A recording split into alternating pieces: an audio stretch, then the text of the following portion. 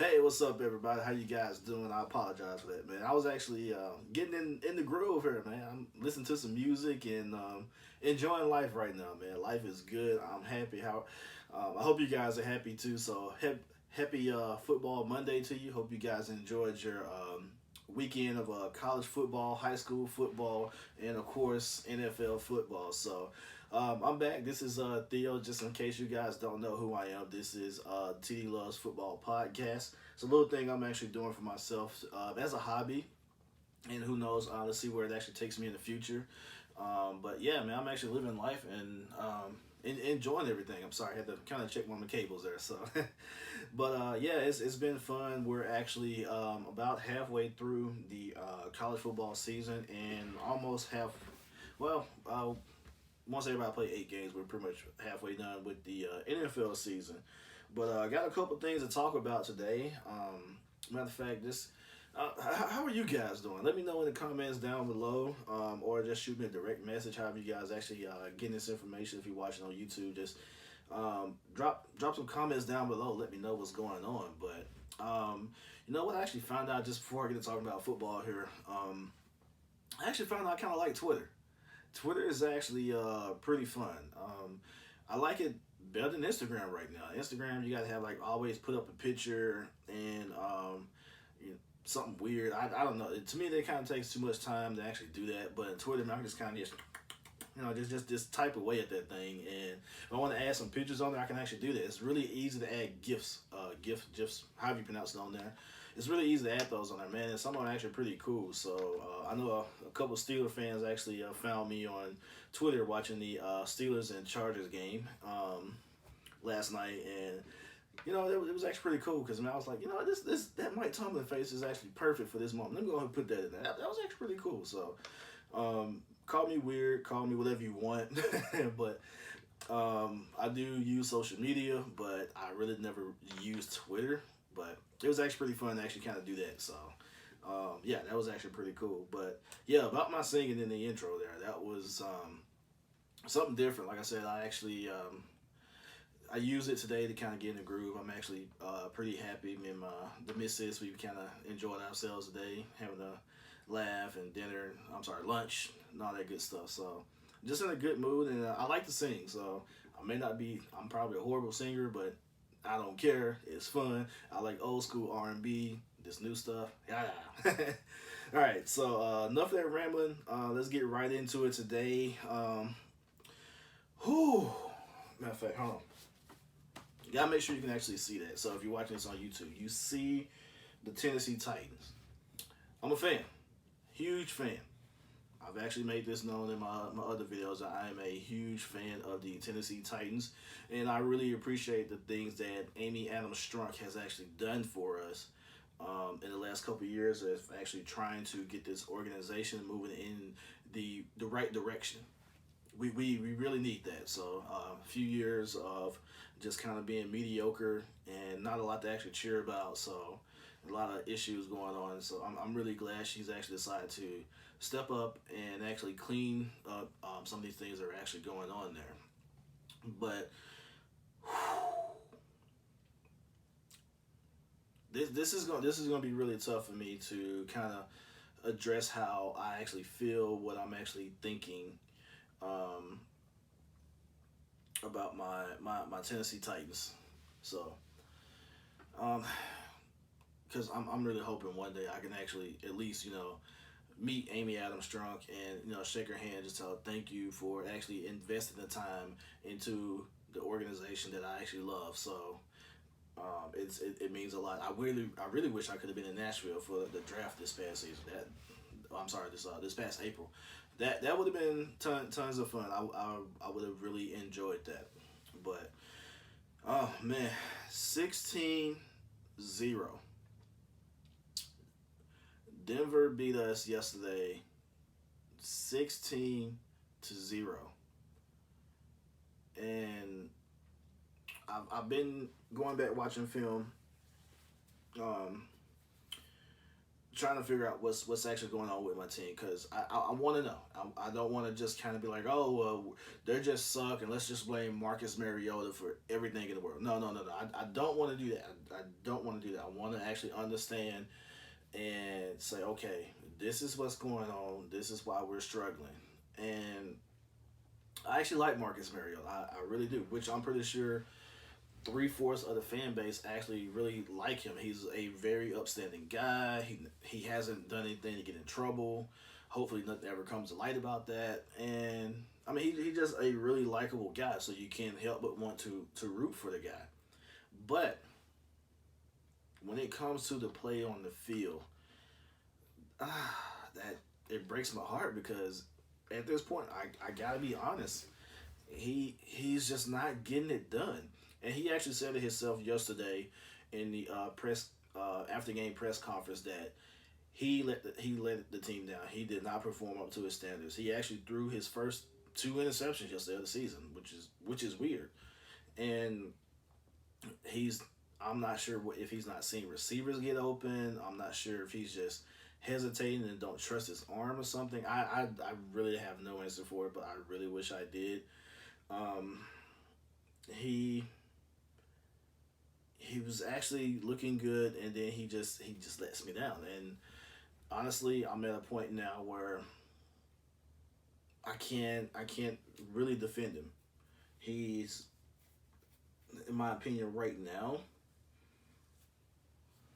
Oh man, I don't know. Him and Ryan Tannehill is kind of neck and neck. Tannehill didn't have the best career when he was in Miami. I mean, he did pretty well. I'm not going to say he absolutely sucked, but he actually did pretty well. But we decided to bring in another mobile quarterback who almost the same skill set because Ryan Tannehill, I'm not sure if some of you guys actually know, but he played at Texas A&M and he was actually a receiver when he was there. So the guy can actually run. So you put in you got two basically running quarterbacks and neither one of them are actually doing that well in passing. So, and like I said, I'm not totally sure. I still got to go back and look at film. I'm not going to do a film analysis on it because I'm not like a quarterback analyst. It's just something I'm not that good at. We can talk defense all day. I can actually break the film down on defense, but not the offense. But I do want to go back and look at it and kind of see if I can figure something out. Maybe he's missing reads. Maybe receivers not getting open. I don't know. But at this point, I really can't. I don't know. I can't really defend him. And I understand today that Coach Vrabel is actually going to make a decision on who to actually go forward with. Is it going to either be Tannehill or MM8? So, Titans fans, man, let's just, whew, let's cross our fingers and hope whatever the decision is, they actually get it together and get some good play out of the quarterback position. Now, I will talk about this on the offensive side of the ball. We got no identity. We don't know if we're gonna run the ball. We don't know if we're gonna pass the ball. It's kind of weird. I mean, we got Derrick Henry in the backfield, and he's not producing. I got a theory why, and of why we don't have much of an identity. I just hit the microphone there. Apologize. In the little bit of film I've actually watched, I got to watch the Browns game, the Jaguars game, the Colts game. Basically in coach's film, I've got to watch those, and what I'm seeing, three people: center, right guard, left guard. That interior of our offensive line. I love you guys. I don't know if you ever hear this, see this, whatever it is. I love you guys, but you gotta step your game up. We went out and got Roger Saffold from the. I apologize for butchering your name, sir. I really do, but we got Roger Saffold from the Rams, and in all honesty, I wasn't really that hyped up and excited about it when I found out about it, because it's like, oh well, we're gonna ride the coattails of someone made to the Super Bowl. I don't know if he's good. I haven't seen much. I haven't seen any film on him. I don't know. So let me kind of see what he's going to do for us.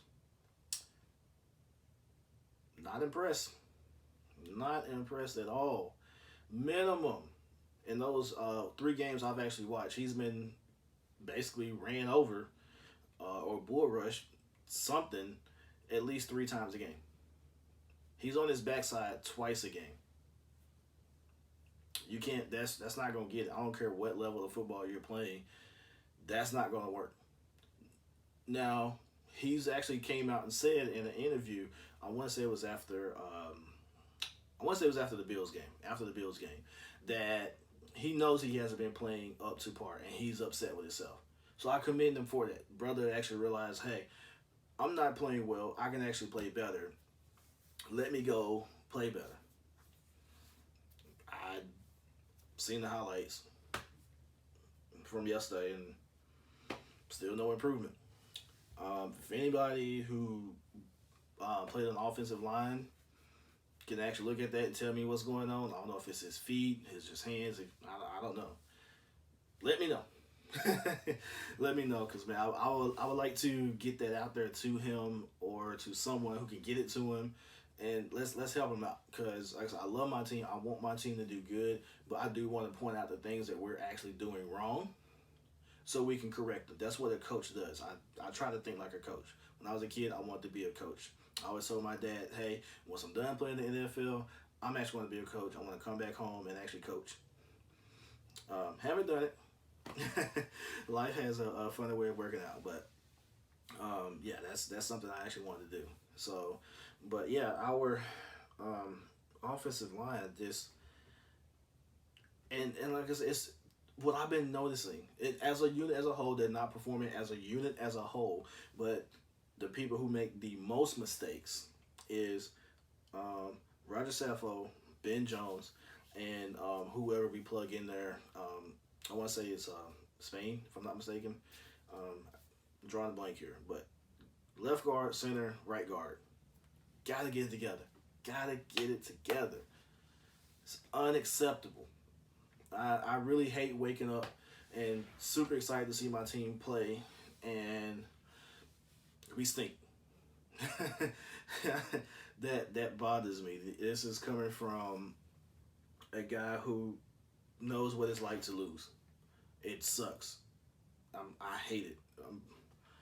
I don't want my team that I actually cheer for to lose. I'm hoping one day I can be, I don't know, on the sideline for the Titans. That would still be great. I don't like to lose, and I don't like to see my team lose. In college football, I cheer for the University of Alabama because I actually went to school in Tuscaloosa and got to hang out with a lot of people from the University of Alabama. So that school is a part of me, and I love the town. I love the community, and every time I go there, I just get happy. And you see what they're doing every week, handling business. Something is wrong, go to the film, check it out. Hey, you did this wrong. This is what we're gonna do to fix it. But you did this good. You did this good. We're gonna keep that, but we're gonna work on this. Let's work on that offensive line. Get it together, and hopefully change some things around. Get whoever is playing quarterback some protection. Give some more time to throw the ball, and get Derrick Henry and Dion some yards. I mean, we got 2 running backs there that are capable of breaking the game wide open. They just need a little bit of help. So. Defense, yeah, we're looking good. We're looking damn good on defense. They're holding up their end of the bargain. They make some mistakes here and there. It's understandable, but for the most part, we're looking good. So, not a lot to say on that. But man, we're sitting at 2-4, 2-4, and I truly have no clue why we're 2-4.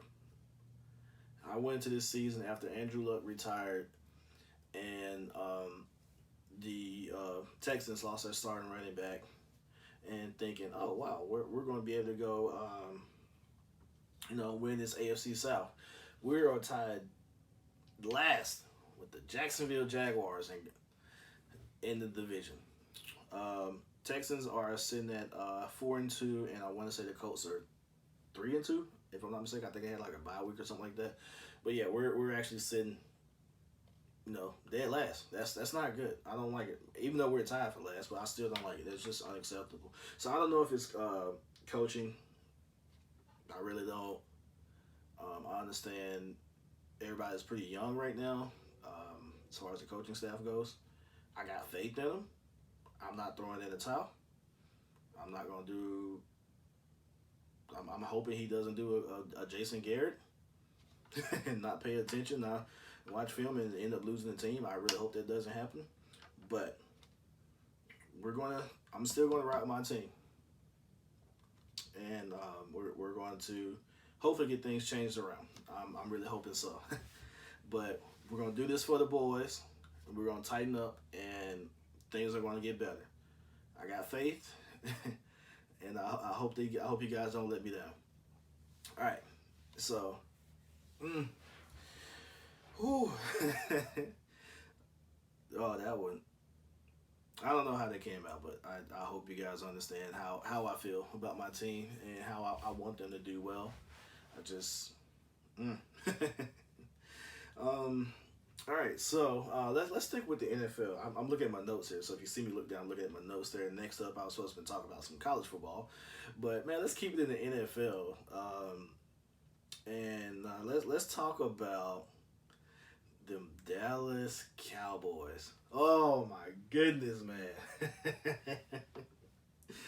Oh man, I know Stephen A. Smith was over there just rolling yesterday. And granted, I was laughing too.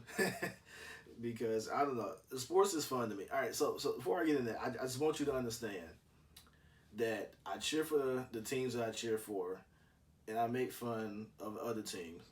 But for me, it's all in good fun because sports is what actually makes me happy. That's what drives me to watch the games. Cause like I got three best friends right now that we're in the group chat and we just mess with each other every week. One's a Cowboy fan, two a Buccaneers fan. Yeah, I know Buccaneers, and we just do it for fun because that's what it is. Sports is fun. Sports is the one thing that, in my opinion, can create so much content to actually talk about and give people a reason to actually interact with each other. I mean, I could just actually be walking down the street or in a mall and see somebody with a, let's just say, I don't know, a Colts jersey. Matter of fact, prime example. I give you this one here. So it's probably like a month ago. Me and my girlfriend and the kiddo, we actually went to pick up some stuff at Walmart, and right outside they had this. I don't know. It's like one of those machines you put the cord in there. I can't really say a candy machine, but had like the little stickers in there. So kid goes up there, and it's his mom, dad, and I think it was like his grandma or something. Kid had to be like 4 or 5 years old.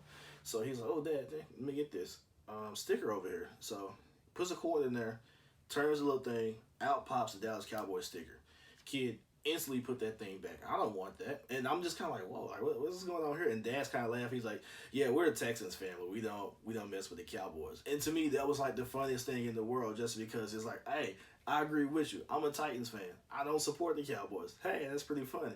Never met these people a day in my life. We got a good laugh, and everybody was like, hey, it's all good fun, It went about our day. So to me, that was actually pretty cool.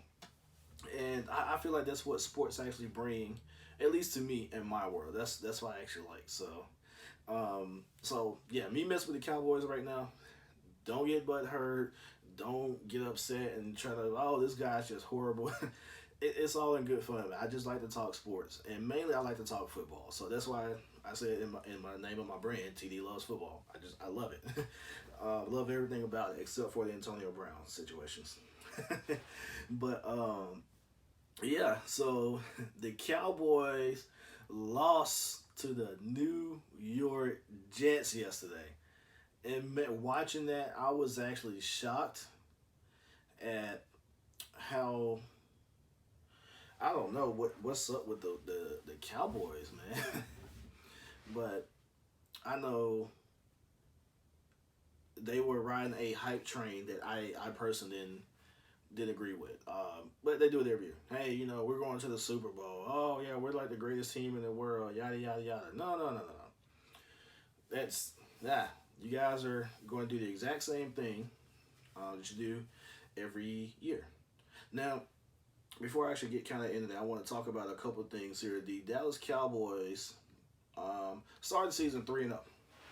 They beat the Jets 35-17, beat the Redskins the very next week in Washington 31-21, and then they beat the Dolphins. And everybody know right now they're tanking. They beat the Dolphins 31-6 after struggling for some reason. I think at halftime it was like 10-6 or something like that. It was actually pretty close. I was just like, whoa, like what in the world is going on here? So their first 3 games that they actually played, they played a struggling Eli Manning and a Giants offense that couldn't get it together, a very banged up, unfortunately, Washington Redskin team, and the tanking Dolphins. I couldn't get excited about that, and man, the Cowboy fans were just going absolutely crazy. Oh man, we got Kellen Moore running the offense now. It looked different. This is great. This is great. Cool. Enjoy it. That's what you're supposed to do. But then the Saints came without Drew Brees on top of that. I apologize, man. I don't know. Someone else. I'm not flicking boogers. I promise you. No. But the Saints came up. Yeah, Teddy Bridgewater held his own. Cowboys lost that one. A run came down the street. And, exposed that defense. I don't know what was up with that defense that day. I was not expecting that. That was really weird. But, yeah, the Cowboys had to actually fight to come back. And it's really tough to come back. But at the same time, it is extremely tough to come back in the NFL when you're down by 3 scores. That is really tough. It's very rare that actually happens. I don't think that really happened that many times before. But, that's... People... I don't know. What I'm trying to say is, get this here. That the Cowboys are a good team. They really are. They're a good team. But they're still just that. They're just the Cowboys. They need to get over that hump of winning games in the playoffs. And, not losing the games that they're not supposed to lose. Like I was actually telling my friends in the group chat that the Cowboys look good right now. I think this was like week 4. I was like, yeah, they look good right now, but the Cowboys always lose that one game, maybe 2, that they're not supposed to lose. So this year it was the Jets. Last year it was us. I was there. It was actually pretty fun to watch it. So that's what I mean. They lose a game, or they turn into the Cowboys of old. And frankly, right now, man, if I were you Cowboy fans, I'd be really upset. Your former Hall of Fame quarterback, Troy Aikman, called them out, and he should have. He's like, man, I'm seeing shades of Jason Garrett in this offense again. Like, what the what? Like, if that's true, I really didn't pay attention like that to the Cowboys offense. I just know they was actually producing. But if that's true, so you mean to tell me you're going to change what's working? You're going to change what's actually putting up points on the board? That is just stupid. You got all these weapons. Granted, there's some things they're working on. And they had some issues. Not everybody's actually contributing in the way they should have yesterday. But man, that's your coach. Why would you change that? I'm all about coaching. You gotta have good coaching. If something is working, you make it work for as long as you can until someone stop it. You don't go change it. Oh, hey, let's go back to doing this over here that wasn't working 3 weeks ago. So let's go back to that and let's see how good that looks. That's just stupid. I don't get it. I don't get that at all. Um, if I you guys, if I was Cowboy fans, I'd be riding in Frisco about that right now. I'd drive out there to Frisco if I were you guys. Like, look, let Kellen call these plays. If that's what you're doing, if you're stepping in, Jason, you're calling these plays. Move out the way, stop clapping, and let Kellen call these plays. Um, the other thing, because I'm really trying to figure out where do the Cowboys actually go from here. Um, you got Dak Prescott, pretty good quarterback. I'm not gonna say he's like a bad quarterback. Um, and Zeke, Michael Gallup, Amari Cooper. I mean, you got some weapons on offense, and that's a good thing. You guys are looking good. Um, but where do you go? You lost three straight. Your defense is giving up a lot of points, a lot of yards in the first half. Um, I'm pretty sure they may be able to tighten it up. It's pretty good. They got some good players on that side. So I'm pretty sure they may be able to get it together. But where do you go from here? What do you do as a team and an organization? How are you going to rally the troops? Because right now, man, everybody is on fire right now. As far as like, oh, Jason Garrett has to go. He's lost control of the team. He's clapping way too much and not coaching. Jerry, you need to fire Jason Garrett. I'm one of those people. Yeah, I think Jason Garrett need to go. But I want to see what you guys actually do next. I want to see if you have any fight in you. Are you going to listen to everybody out here in the social media world and ESPN? Or you're going to put your heads down, figure out what we're doing wrong, and actually get it together? What you going to do? I know I get to see it because you guys are on TV every Sunday out. So I get to see it, so it's going to be interesting to see. But, yeah, it's time to put up, man. Are you gonna be the same old Cowboys in the last few years, or are you gonna change it? Can't wait to see it. All right, so yeah, I'm gonna take a quick short break here. Kind of give me something to drink, a little thirsty, a little parched here. But when I come back, gonna talk a little college football. That's my favorite thing there, and talk about Georgia. So, but yeah, give me a few moments. Be right back, and we'll finish everything up. So, see you in a few moments.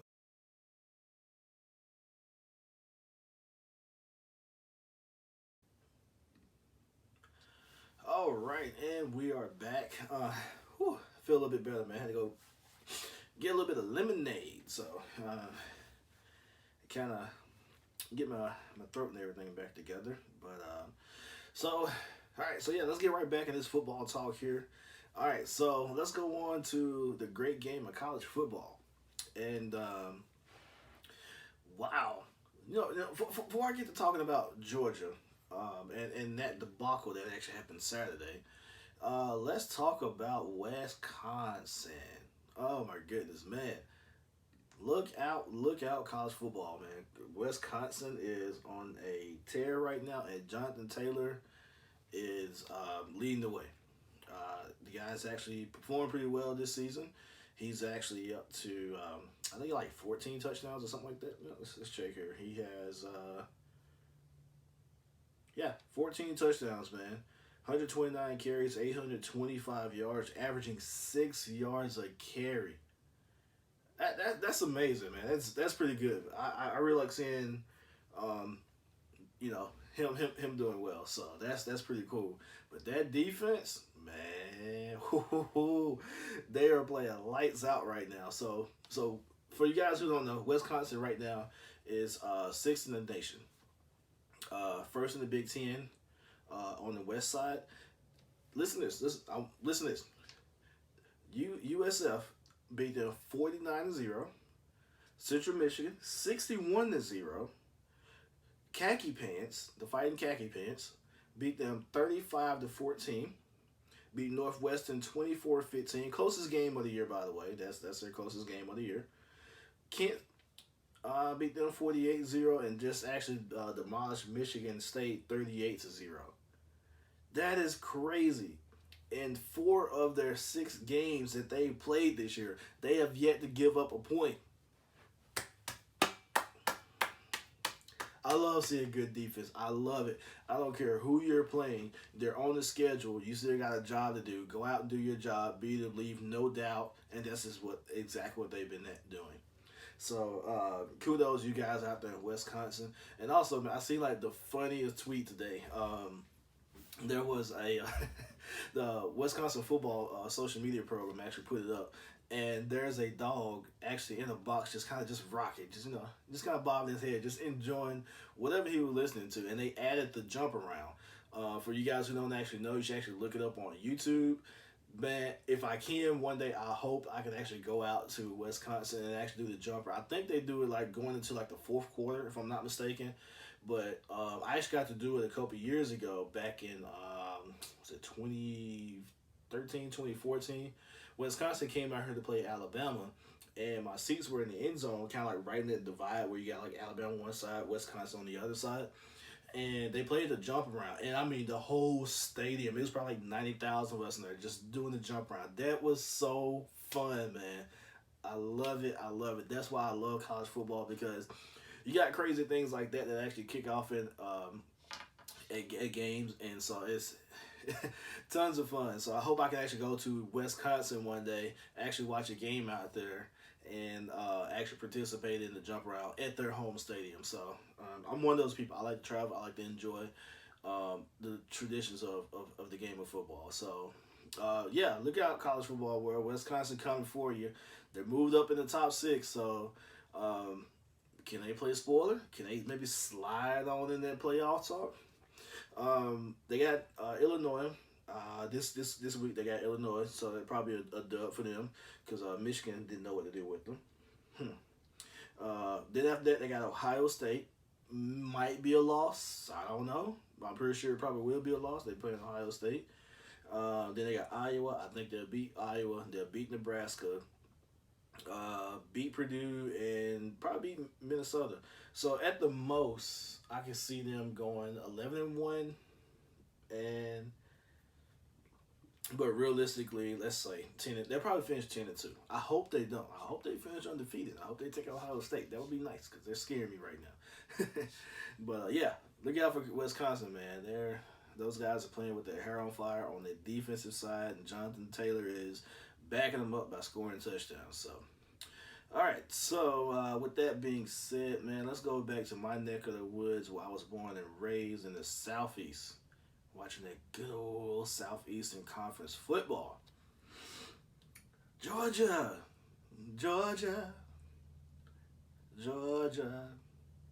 Oh, man, you let me down. Man. Oh. I got to watch some of that game, and I don't know what was going on with Jake Fromm. Wow, Jake, 3 interceptions, bro. Yeah, I don't know if you were just thinking that 6'4" corner over there with those long arms was just not playing or something, but man, once you throw 2, man, please go to the other side. You throw 1, go to the other side. Figure something out. That guy, he basically took away half the field and by himself, and he just kept going. I haven't seen it out of Jake Fromm, but I did hear an interesting stat. You guys can actually look it up if you want to actually, read more into it. I'm actually in the process of doing it myself right now. But they said on ESPN that any time that Jake from State Farm, gotta throw it in there, just got to, that Jake Fromm throws for 30 or more passes in a game, they are, before going into Saturday, Georgia was 0-4. Now they're 0-5 because he threw 51 passes on Saturday. So not really sure what that's all about. It's kind of interesting. Maybe it's because they don't have a balanced attack, and it's like, hey, we'll just make him throw. That's what it sounds like to me. But yeah, he just didn't look good. Maybe he was rattled, but South Carolina came to play, and I was actually really impressed with that. That was pretty cool to see.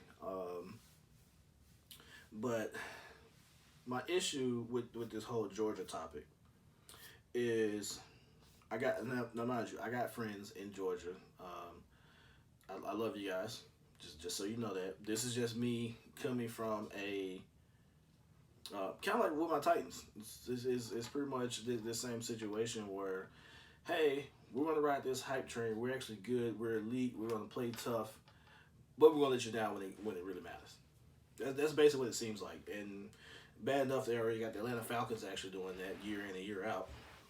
And now the University of Georgia is actually doing the same thing. Love Kirby Smart. Love him. But right now, you guys are going to need a hope and a prayer to get back in this college football talk, in my opinion. I don't know. ESPN may put you guys back in there. But right now, nope. Because look at it this way. So let's paint a picture here. So 2 seasons ago, Georgia beats Oklahoma in the first round of the college football playoffs, lose to Alabama in the national championship to a backup quarterback. Okay, granted, that backup quarterback is like a generational talent right now. Very next year, plays well, does very well, make it to the SEC championship, lose to a backup quarterback who was technically like a starter, I guess. I don't know, but he's still a backup quarterback. Love you, Jalen. Really do, brother. Gets to the Sugar Bowl. Uga almost got stumped out by Bevo before the game even started. And then the actual Bulldogs on the football field got stumped out by Texas. Why they do that in the SEC? And I'm not going to list all the Mark Richt era because there was a lot of issues that time where they basically did the same thing. But my thing is here is that the college football committee is going to look at you guys. Hey, do we really want to put them in there knowing that there's a high probability that they're going to lose? It may be a close one, it may be a blowout, but they stand a chance of actually losing. I don't think they'll let that happen. I don't think that the playoff selection committee will actually let that happen. Especially right now with Alabama and LSU rolling. I mean, talking about 3 teams possibly getting in the playoffs from the SEC. First of all, college football fans in the world would probably riot. I would actually be okay with it because you put the 4 best teams in there. I don't care where they come from. You put the 4 best teams in there, and I was hoping that it was going to be Alabama, LSU, and Georgia. You know, but South Carolina changed all that. Kudos you guys out there in South Carolina, man. That's Will Muschamp. I actually got a chance to talk to Will Muschamp when he recruited me in college. Hey, man, congratulations to you guys for shaking up the college football world in week 6. Sorry, week 7. Yeah, week 7. Yeah, Georgia, that's really tough. I don't like the fact that you guys are not going to be in the playoff talk. It's not much we can really do about it, but yeah, it's sad. I was hoping that Georgia would actually hang in there, but Kirby, brother man, Kirby Smart. Head coach at University of Georgia, for you guys who don't know. Backup quarterbacks is your kryptonite, bro. Now, I understand it's really tough to actually scout backup quarterbacks because they're usually ones who are not playing in the game. So that means they're not the ones on the film. But you can make some adjustments. I don't know if someone's actually sitting in the press box and actually see everything, like, hey, they're running this, they're running this, they're running that. Figure it out. Figure something out. You have to adjust as a coach, as a head coach. You have to feel the game, call a timeout, rally the troops, do something like, hey, you know what? They're actually doing this. I understand we never seen them practice before, but this is what we need to do to try to stop it. Figure something out. I don't know, man. It's just Georgia. Yeah, that's really tough. That was tough to swallow. All right. So in some other college football news at this moment, Alabama, LSU, and was it Ohio State? If I'm not mistaken, I think it's Ohio State. Let me see if I can actually pull that up for you guys really quick. The rankings in college football came out yesterday. I know LSU is sitting at number 2. I know everybody's about to ride. Oh, the SEC bias is in there. Man, LSU playing with their hair on fire right now. Um, that game next month scares me. As an Alabama fan, that scares me. Especially with some issues I see on defense. But we'll get together. If not, man, it's going to be a good game. And I hope LSU don't win. I need another championship. We need to redeem ourselves. But, yeah, so looking at the college football rankings, you got Alabama at number 1, LSU 2, Clemson 3, Ohio State 4, and Jalen Hurts is at number 5 in the University of Oklahoma. I'm cool with that to a certain extent. I would swap places still with Clemson and Ohio State. Ohio State should be 3, Clemson should be 4. That's just personal opinion. They haven't looked that impressive. Clemson did beat up on Willie Taggart this weekend, but yeah, that's what I was doing with the rankings. So college football is actually heating up. We're actually getting into the meat of the season, where before everything mattered, but now it's gonna be like, all right, it matters. You're starting to get a little bit of wear and tear on the body. Can you hang in there? Can you do the things mentally, physically that you need to do to finish out the rest of this season and try to take home that national championship trophy?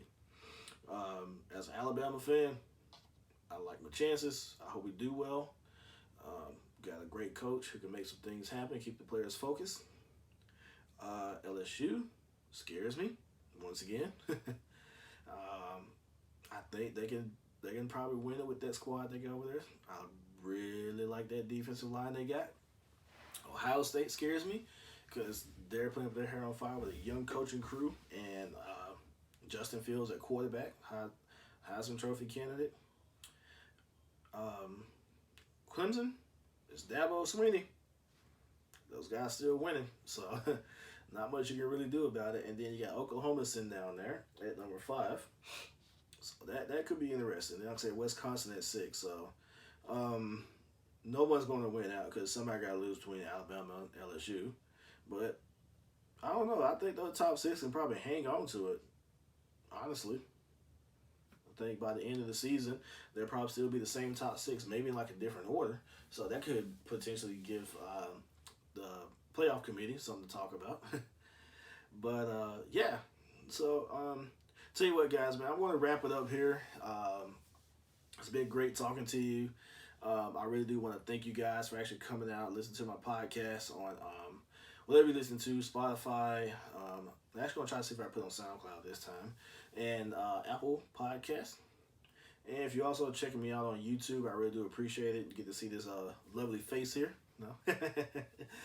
But check me out on all my social media formats. I am on all my social medias at TD Loves Football. Check me out on Insta, Twitter. And I'm usually a little bit more on Twitter now. I probably want to hang out on Twitter a little bit more. Twitter is actually pretty fun. Instagram, Twitter, and I'm still working on my website. So I'm trying to get some content together for that, man. It's kind of hard to do that when you're actually a human being and you have to work. So it kind of makes it tough. But yeah, I really appreciate you guys listening to me ramble and talk about the sport that I love so much. And I'm going to continue to bring some more content your way. I hope you guys enjoy it. And always remember, tell someone that you love them and you care about them. Give them a hug. And you never know, they can probably go a long way and change somebody's day. But once again, this is your boy Theo. I'm checking out, and I can't wait to see you guys this coming weekend in college football.